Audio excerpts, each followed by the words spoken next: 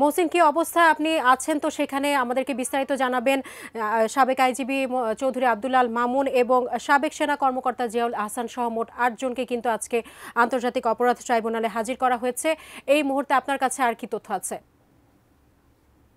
জাভেদ, সহকর্মী জাভেদ বলছিলেন যে কিছুক্ষণ আগে যে ৮ জনকে পুলিশ কর্মকর্তাদের ৮ জনকে যে হাজির করা হয়েছে সেই বিষয়টি বলছিলেন। তো এইখানে আনা হয়েছে আজকে পুলিশের সাবেক মহাপরিদর্শক আব্দুল্লাহ আল মামুন এবং জানেন যে এনটিএমসির মহাপরিচালক জিয়াউল আহসান, তারা সব থেকে আলোচিত। কারণ জানেন যে এনটিএমসির মহাপরিচালক জিয়াউল আহসান একসময় র্যাবের গোয়েন্দা প্রধান ছিলেন। তো গত ১৬ বছর, অর্থাৎ আওয়ামী লীগ সরকারের সময় গত ১৬ বছরে তার বিরুদ্ধে নানান ধরনের অভিযোগ করা হয়েছে, বিশেষ করে ট্রাইব্যুনালে যে বিভিন্ন মানুষকে গত ১৬ বছরে যে গুম করা কিংবা গুম করে হত্যার ঘটনার যে সকল অভিযোগ তার বিরুদ্ধে রয়েছে। তো এবং এই যে জুলাই ছাত্র গণ অভ্যুত্থানের ঘটনা ঘটেছে সেই সময়ও যে ছাত্রদের উপর গুলিবর্ষণ কিংবা তাদেরকে যে হত্যা, সেই সকল বিষয়ে ও অভিযুক্ত তিনি। এবং যেহেতু ওই সময় পুলিশ প্রধান ছিলেন চৌধুরী আব্দুল্লাহ আল মামুন, স্বাভাবিকভাবে তারও দায় রয়েছে এবং সুপিরিয়র রেসপন্সিবিলিটি যে বিষয়টি গতবারও অর্থাৎ গত ১৭ তারিখও আইনজীবীরা বলেছিলেন সেই বিষয়টি তাদের উপর রয়েছে। এবং সরাসরি জানেন যে গত ১৬ বছরে সব থেকে আলোচিত ছিলেন জিয়াউল আহসান। ব্রেকফাস্ট, টিফিন কিংবা স্ন্যাক টাইমে মজাদার আয়োজন মানে অল টাইম ব্রেড।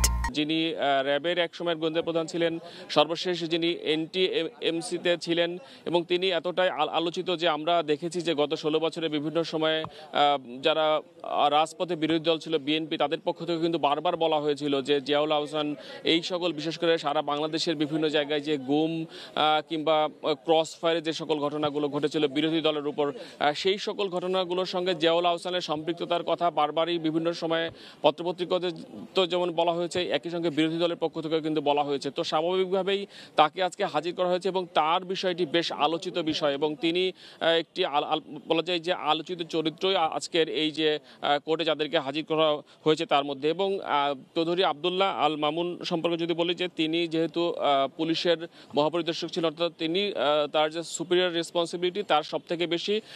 আর যাত্রাবাড়ি থানার যে ওসি কে হাজির করা হয়েছে, তিনিও এই যে ছাত্র অভ্যুত্থান কিংবা ছাত্র আন্দোলন গত ১৬ জুলাই থেকে ৫ আগস্ট পর্যন্ত এই সময়ের মধ্যে সব থেকে বেশি মৃত্যুর ঘটনা ঘটেছে কিন্তু যাত্রাবাড়ি এলাকাতে। অর্থাৎ যাত্রাবাড়ি এলাকায় যে ধরনের বিক্ষোভ হয়েছিল, সেই বিক্ষোভে প্রতিদিনই সেখানে মানুষ অর্থাৎ ছাত্র জনতাকে হত্যা করা হয়েছে এবং তারা পুলিশের আক্রমণের শিকার হয়েছে। এবং পুলিশ যে ধরনের অস্ত্র স্বাভাবিকভাবেই মানে যে মব কন্ট্রোল করার জন্য যে ধরনের ওয়েপেন্স ব্যবহার করে, সেই ধরনের ওয়েপেন্স ব্যবহার তো করাই হয়নি, বরং জীবন হরণকারী যে অস্ত্র, সেই সকল অস্ত্রগুলো ব্যবহার করা হয়েছে। স্বাভাবিকভাবে সেজন্য মৃত্যুর ঘটনা কিন্তু বেশি ঘটেছে। তো সেই সকল দায় এই চৌধুরী আব্দুল্লাহ আল মামুনের যেমন এখানে ট্রাইব্যুনালে বলা হয়েছে, এবং একই সঙ্গে ওই সময় যাত্রাবাড়ি থানার যিনি ওসির দায়িত্ব পালন করেছিলেন, ভারপ্রাপ্ত কর্মকর্তা যিনি ছিলেন, তারও কিন্তু দায় রয়েছে, তাকেও আজকে হাজির করা হয়েছে। এবং অন্যান্য যে সকল কর্মকর্তাদেরকে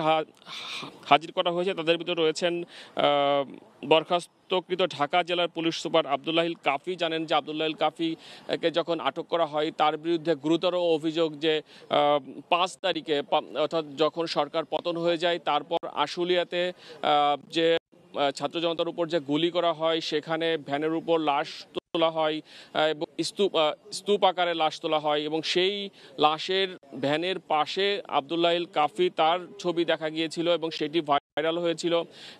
সেটিও কিন্তু বেশ আলোচিত। পরবর্তীতে তিনি দেশ ছেড়ে পালিয়ে যাওয়ার চেষ্টা করেছিলেন, তারপর তিনি এয়ারপোর্টে আটক হয়েছিলেন। এই চৌধুরী আব্দুল্লাহ কাফি যিনি ঢাকা জেলা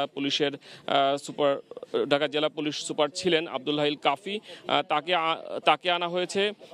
গোয়েন্দা পুলিশ ডিবি ঢাকা উত্তরের সাবেক পরিদর্শক আরাফাত হোসেনকে আনা হয়েছে, এরই মধ্যে সহকর্মী জাভেদ বলেছেন, এবং ঢাকা জেলার সাভার সার্কেলের সাবেক অতিরিক্ত পুলিশ সুপার মোহাম্মদ শহীদুল ইসলাম। তো তাদেরকে আজকে যে আনা হয়েছে, এর আগে ১৭ তারিখে যে ৪৬ জনের কথা বলা হয়েছিল, অর্থাৎ এই মামলায় যে ৪৬ জন আসামি, তার মধ্যে এর আগে ১৩ জনকে আনা হয়েছিল, আজকে ৮ জনকে আনা হলো। এবং কিছুক্ষণ পরে ট্রাইব্যুনালের কার্যক্রম শুরু হবে। এখন যাদেরকে আনা হয়েছে তারা কোর্ট গারদে রয়েছেন।